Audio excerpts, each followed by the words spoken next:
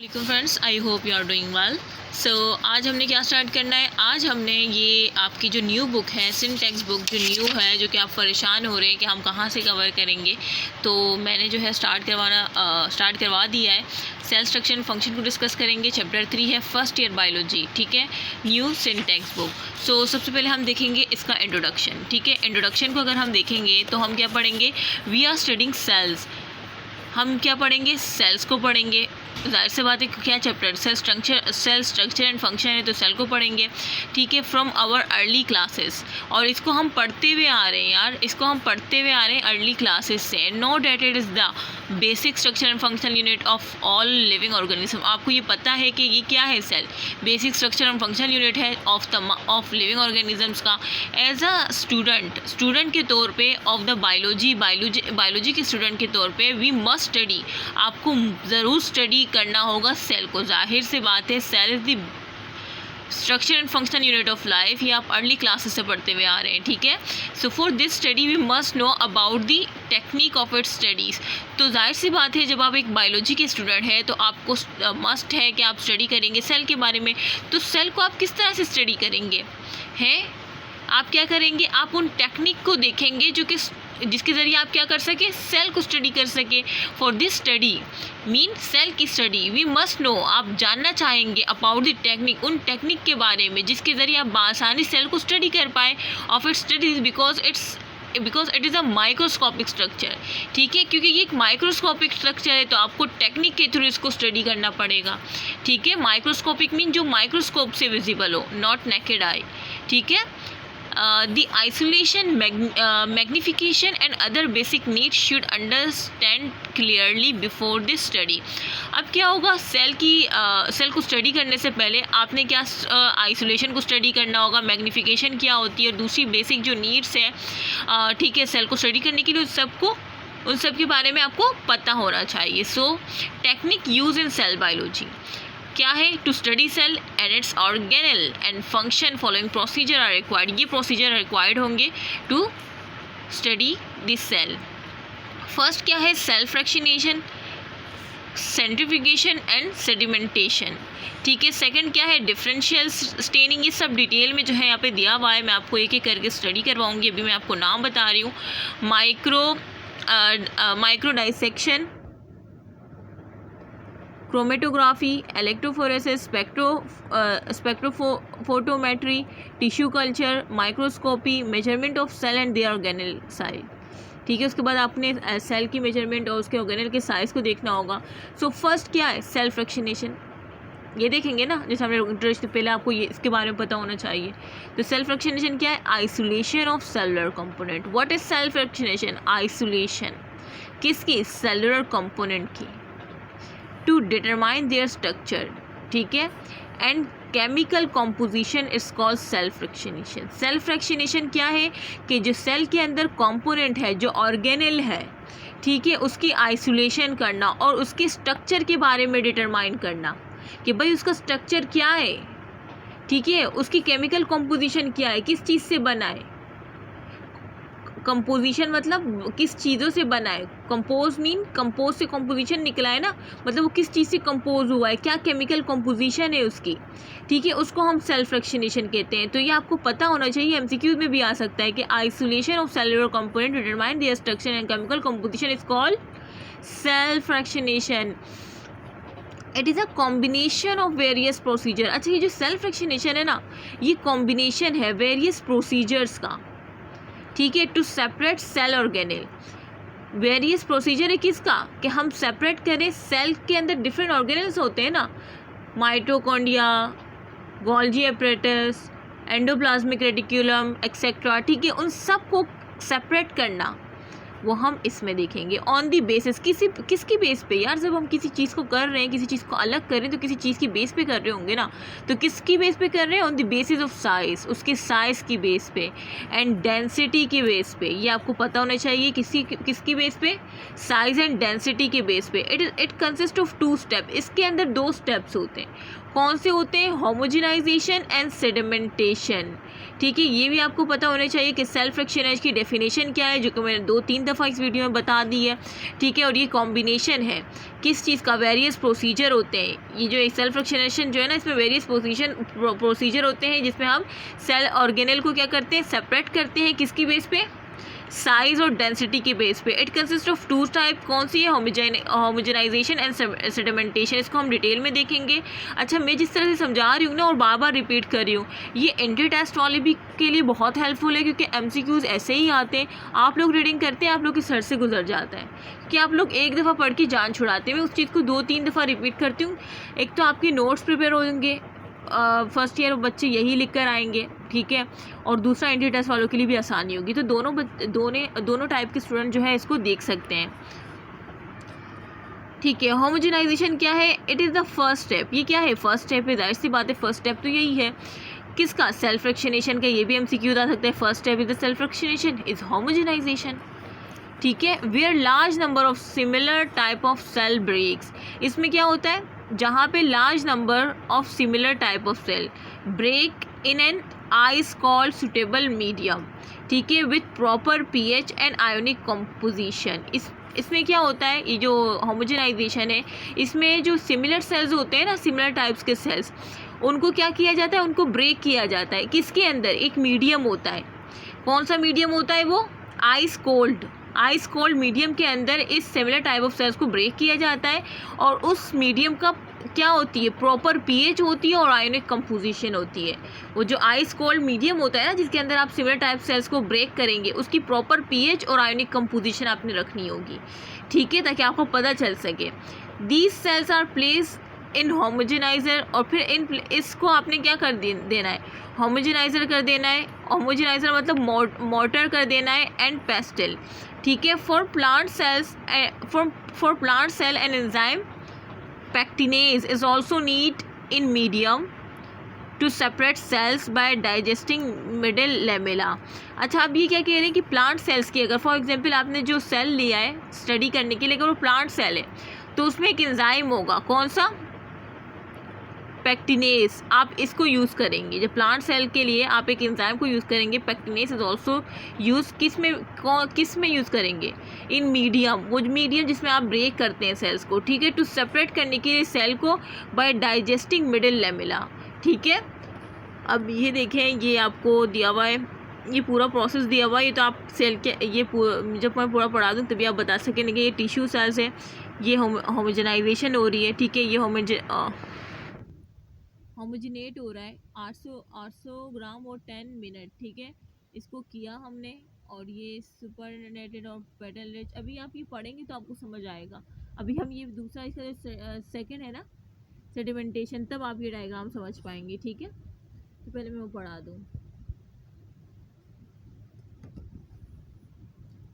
अच्छा, सेडिमेंटेशन क्या है, the process of setting down cell organelle. अब इसमें क्या होता है, ये एक ऐसा प्रोसेस है जिसमें सेल ऑर्गेनेल क्या हो जाते हैं, सेटिंग डाउन हो जाते हैं। किसकी बेस पे, on the basis of density and mass. यही वो पढ़ा था ना हमने कि सेल फ्रैक्शनेशन में हम किसकी बेस पे सेपरेट करते हैं सेल ऑर्गेनेल को, साइज एंड डेंसिटी की बेस पे ना। तो जाहिर सी बात है, ये सेडिमेंटेशन एक ऐसा प्रोसेस है जो कि इसकी टाइप है सेकंड। इसमें सेटिंग डाउन होना स्टार्ट हो जाती है सेल ऑर्गेनेल, और भी किसकी बेस पे, डेंसिटी और उसके मास की बेस पे, by the process of centrifugation is called sedimentation. ये भी एज MCQ डेफिनेशन आ सकती है। अच्छा, smaller the particle organelle, smaller the particle मतलब ऑर्गेनेल या मॉलिक्यूल कह लें। ठीक है, the higher will be the gravitational force required for the separation. जितना स्मॉलर पार्टिकल होगा उतनी हाई ग्रेविटेशनल फोर्स रिक्वायर्ड होगी उसकी सेपरेशन के लिए। ये याद रखेगा, ये MCQs आ सकता है। It require ultra centrifugate instrument, its rotation can be up 60,000 cycle per minute. इसके लिए क्या होगा, अल्ट्रा सेंट्रीफ्यूगेट इंस्ट्रूमेंट आपको रिक्वायर्ड होगा। ठीक है, जिसकी इतनी जो है साइकिल होती है पर मिनट। खुद सोचे, इतना तेज़ी से वो रोटेशन करता है, 60,000 साइकिल पर मिनट। ये भी याद रखिएगा, MCQ आ सकता है। Centrifugation method is use for the isolation of cell organelle and component. ये तो हम अभी पढ़ा है ना कि सेंट्रीफ्यूगेशन मेथड किसके लिए यूज़ होता है, आइसोलेशन ऑफ सेल ऑर्गेनेल और उसके कंपोनेंट, ठीक है। इट्स वेरी कॉमन, ये बहुत कॉमन है, कॉमन मेथड है इन सेल बायोलॉजी में, ठीक है। Wear separation is based on sedimentation rate, ये बहुत कॉमन मेथड है सेल बायोलॉजी में जहाँ पे सेपरेशन जो होती है वो किस पे बेस करती है, सेडिमेंटेशन रेट पे, ठीक है। कि भाई क्या सेडिमेंटेशन रेट रहा है, मतलब क्या वो जो सेटिंग डाउन प्रोसेस हुआ है ना, डेंसिटी सेडिमेंटेशन रेट आपको तभी समझ आएगा जब आपने ऊपर सेडिमेंटेशन की डेफिनेशन सही से समझी होगी, ठीक है। कि क्या रेट रहा है, किस रेट पे डेंसिटी और मास जो है वो सेटिंग डाउन हुए हैं। अच्छा, इन दी बिगनिंग, स्टार्ट में क्या होगा, lower speed of centrifugate is use, start में लोअर स्पीड यूज़ की जाएगी, ठीक है। टू सेपरेट दी हैवियर, किसको सेपरेट करने के लिए, heavier and bigger organelle for sample, जो सैंपल लिया होगा ना आपने सेल का, उसमें जो हैवियर और बिगर मॉलिक्यूल को सेपरेट करने के लिए स्टार्ट में क्या होगा, लोअर स्पीड इस्तेमाल की जाएगी, क्योंकि उस बिगर या ग्रेटर मॉलिक्यूल के लिए क्या होगा, ग्रेविटेशनल फोर्स कम होगी या ज़्यादा होगी, यूज़ कम होगी ना, स्मॉलर के लिए हाई हो रही थी, अभी मैंने ऊपर समझाया है, ठीक है। अभी मैंने आपको यहाँ बताया ना कि जब स्मॉलर जितना होगा उसके लिए हाई ग्रेविटेशनल फोर्स रिक्वायर्ड होगी। आपका ध्यान पता नहीं कहाँ रहता है। अच्छा, यहाँ पे जो जिसको मैं पढ़ा रही हूँ ना, तो उसने फिर सवाल किया कि भाई उसको समझ नहीं आया था, तो मैंने उससे कहा कि बेटा स्मॉलर ऑर्गेनल्स होंगे वो तो नीचे सेटल डाउन होंगे ना, अभी बताया था, क्योंकि उस पर हाई ग्रेविटेशनल फोर्स लग रही होगी, और जो ग्रेटर और बिगर मॉलिक्यूल होंगे वो क्या होंगे, वो ऊपर हो तैर रहे होंगे ना सैंपल में, क्योंकि उन पे लो ग्रेविटेशनल, जाहिर सी बात है जब लो लग रही है तो तैर रहे हैं ना, हाई लगेगी तो सेटल डाउन हो जाएंगे स्मॉल की तरह, ठीक है। तो ये आप लोग सही सुना करें, जैसे कि अब ये बच्ची जिसको मैं पढ़ा रही हूँ उसने भी सही सुना नहीं था, जबकि मैं एक चीज को बार बार रिपीट करती हूँ सिर्फ आप लोग के लिए, क्योंकि एग्जाम तो मुझे देना नहीं है, अपने लिए तो मैं करती नहीं हूँ, मैं तो दे चुकी। अच्छा, कहाँ पे थे हम, कि लो स्पीड, हम बिगनिंग पे हम लो स्पीड रिक्वायर्ड करेंगे बिगर मॉलिक्यूल के लिए, क्यों लो स्पीड, इसका भी मैंने इस बच्ची को बताया है, लो स्पीड क्यों स्टार्ट में हम करते हैं, क्योंकि यार वो बिगर मॉलिक्यूल है ना, वो ऊपर तैरते रहते, तो उनके लिए हाई स्पीड की नीड है नहीं, लो स्पीड से आप उसको निकाल सकते हैं, इजीली मेजरमेंट कर सकते हैं, है ना। हाई स्पीड तो उनके लिए होगी जो नीचे सेटल डाउन है, और वो कौन से हैं, जिनका जो लोअर पार्टिकल है, जो लोअर ऑर्गेनेल है। आप लोग तो बहुत दिमाग खाते हैं यार। Smaller particle are settle in the, कहाँ पे थे, एट लो स्पीड, नहीं यहाँ पे भी नहीं थे, बताना कहाँ पे थे, ये यहाँ पे थे, at low speed large particle like cell nuclei, ये ठीक है, लो स्पीड होगी बिगनिंग, सो हम यहाँ पे थे, ठीक है। इन दी बिगनिंग, मतलब बिगनिंग में स्टार्ट में लोअर स्पीड ऑफ सेंट्रीफ्यूगेट हम करेंगे, is used to separate the heavier and bigger organelle for sample से, ठीक है। And then gradually the speed, और ग्रेजुअली फिर हम क्या करते रहेंगे, स्पीड को बढ़ाते रहेंगे, ठीक है। And size of rotator increase, ठीक है। And step wise until the target achieve, step wise हम चलते रहेंगे, ठीक है, कम से ज्यादा। एट लो स्पीड पे क्या होगा, लार्जर पार्टिकल, जैसे कि क्या सेल न्यूक्लियाई हो गया, लार्जर है ना, वो क्या हो जाएगा, सेटल डाउन एज सेडिमेंट। जब आप लो स्पीड करेंगे तो वो जो ऊपर था ना सेल न्यूक्लियाई, वो नीचे आहिस्ता आहिस्ता आके नीचे सेटल डाउन हो जाएगा, ठीक है। As sediment, smaller particle are still in the sediment, smaller particles are still in supernatant fluid which can be poured on into a fresh tube and subjected to centrifugal at higher speed। अच्छा, फिर क्या होगा, जब वो settle down हो जाएंगे वो बिगर particle, ठीक है, ग्रेटर ऑर्गेनेल लोअर स्पीड पे, तो सेटल डाउन हो गए। अब वो जो बचे, कौन से बचे, स्मॉलर ऑर्गेनेल, उसको आपने क्या किया, उसको आपने एक फ्रेश ट्यूब में ले लिया, ठीक है, उनको आपने निकाल दिया। स्मॉलर पार्टिकल आर स्टिल, वो स्टिल फ्लूइड में थे ना, विच कैन बी पोर, उसको आपने पोर कर दिया एक फ्रेश ट्यूब में, ठीक है, फ्रेश ट्यूब में आपने उसको पोर कर दिया, और उनको फिर सब्जेक्ट किया, मतलब उसको आपने सेंट्रीफ्यूगेट किया कि हायर स्पीड पे, एक अलग टेस्ट ट्यूब में डाल दिया आपने उनको, ठीक है। एट हायर स्पीड जब आपने उसको सेंट्रीफ्यूगेट किया until the smallest particle have been separate, जब तक आप सेंट्रीफ्यूगेट करते हैं जब तक स्मॉलेस्ट पार्टिकल, सबसे स्मॉलेस्ट स्मॉलेस्ट मतलब सबसे छोटे पार्टिकल जो है वो अलग नहीं होते, तब तक आपने सर्टिफिकेट किया। ठीक है, to various cell fraction are now available. अब जो है मुख्तलिफ सेल फ्रैक्शन यूज़ किए जाते हैं किसके लिए? For cytological and biochemical analysis. ठीक है, इसके लिए। ठीक है, तो ये हमने सेडिमेंटेशन भी पढ़ लिया।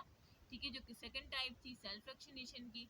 अब हम क्या पढ़ रहे हैं? डिफरेंशिएट। अब ये कह रहे हैं वेरियस सेल फ्रैक्शन यूज होते हैं। ठीक है, जो कि अवेलेबल होते हैं साइटोलॉजिकल बायोकेमिकल। आप किस तरह से आपने कर लिया, स्मॉलर्स को भी कर लिया। अब वो कौन से मेथड है जिसपे आप साइटोलॉजिकल बायोकेमिकल एनालिसिस कर सकते हैं, वो नीचे दी हुई है। तो अब आपने क्या करना है? डिफरेंशियल स्टेनिंग करनी है। इन सेल और tissue some structure are transparent. अब सेल या उस टिश्यू में कुछ स्ट्रक्चर क्या है? ट्रांसपेरेंट है। To study the difference between the structure. अब जो ये जो स्टडी करेंगे आप difference between the structure, some dyes are use. आप क्या करेंगे? कुछ डाई यूज करेंगे। ठीक है, which are observe differentially due to their chemical composition. ठीक है, और फिर आप उसको ऑब्जर्व करेंगे उनकी केमिकल कॉम्पोजिशन की बेस से। फॉर एग्जांपल, क्या आपको अभी समझ नहीं आ रहा लेकिन एग्जांपल से आ जाएगा। डिफरेंट टाइप ऑफ WBC होते हैं। ठीक है, वी यूज डिफरेंट डाइज। इनके लिए आप क्या करेंगे? डिफरेंट डाई यूज करेंगे। ठीक है, this technique is called staining. ठीक है, and the process where different dyes are use at the same time.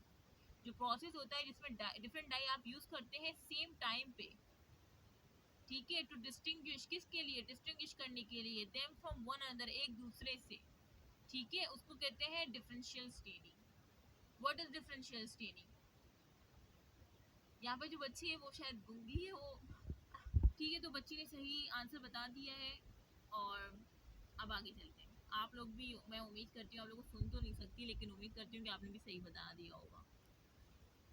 अब देखो ये स्टेनिंग, ये डायग्राम भी दी हुई है। इन्होंने स्टेन किया है ना, ग्राम पॉजिटिव कॉक्साई, ये ग्राम नेगेटिव बैसिलाई है। ठीक है, अब देखो ये डार्क स्टेन हुआ है, तो इसको कहा कि ये जो स्पेरिकल है ना, और ये देखो ये क्या है कि थोड़ा लाइट है, तो इसको रॉड शेप कहा गया है। तो इसकी बेस पे इस तरह से स्टेनिंग होती है और आप डिफ्रेंशिएट कर लेते हैं। ठीक है, जैसे आपने प्रोसेस समझना है, जो मैंने कहा है डेफिनेशन आपको याद होनी चाहिए। ठीक है, अच्छा उसके बाद आते हैं माइक्रो डाइसेक्शन पे।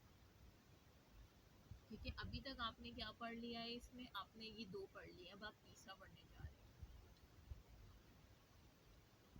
What is micro dissection? Micro dissection is a technique to isolate specific cells with the help of microscope. जाहिर सी बात है यार, माइक्रो डाइसेक्शन है। माइक्रो डाइसेक्शन से क्या समझ आ रहा है? With the help of microscope है, समझ आ रहा है? क्योंकि माइक्रो डाइसेक्शन ऐसी टेक्निक है जिसमें हम आइसोलेट करते हैं स्पेसिफिक सेल्स को। ठीक है, जो स्पेसिफिक सेल्स होते हैं, स्पेसिफिक सेल्स कौन से होते हैं? मतलब हर सेल, उस सेल का एक प्रॉपर फंक्शन होगा। ठीक है, वो स्पेसिफिक सेल्स कहलाते हैं। ठीक है, with the help of microscope उन स्पेसिफिक सेल्स को आप क्या करेंगे? आइसोलेट करेंगे माइक्रोस्कोप के through. It is use in biological research. ये पता है ये कहाँ पे यूज होता है माइक्रो डाइसेक्शन? ये बायोलॉजिकल रिसर्च में यूज होता है। ये एमसीक्यूज आ सकते हैं कि बायोलॉजिकल रिसर्च में कौन सा यूज होता है। टू फाइंड, क्यों यूज होता है? To find out the role of embryonic cells in development, role of different chemicals on cell development and treatment of different disease। इसमें क्या होता है? ये एक बायोलॉजिकल रिसर्च है। इसमें फाइंड आउट किया जाता है जो रोल होता है ना एम्ब्रियोनिक सेल्स का। ठीक है, उसकी जो डेवलपमेंट हो रही होती है, फिर रोल होता है डिफरेंट केमिकल्स उस पर अप्लाई किया जाते हैं उस सेल पे, उस सेल की जो डेवलपमेंट हो रही होती है उस पे, और फिर देखा जाता है कि इससे क्या, इस केमिकल से क्या असर पड़ रहा है उस सेल पे, क्या डिसीज हो सकती है, ट्रीटमेंट ऑफ डिफरेंट डिसीज, और फिर ट्रीटमेंट निकाला जाता है डिफरेंट डिसीज का। तो ये होता है। मतलब ये जैसे अभी आपको पूरा प्रोसेस नहीं मतलब पूरा डिटेल में नहीं बताया, लेकिन जैसे इन्होंने बता दी कि बायोलॉजिकल रिसर्च में आप किसी डिसीज के ट्रीटमेंट के लिए यूज करते हैं।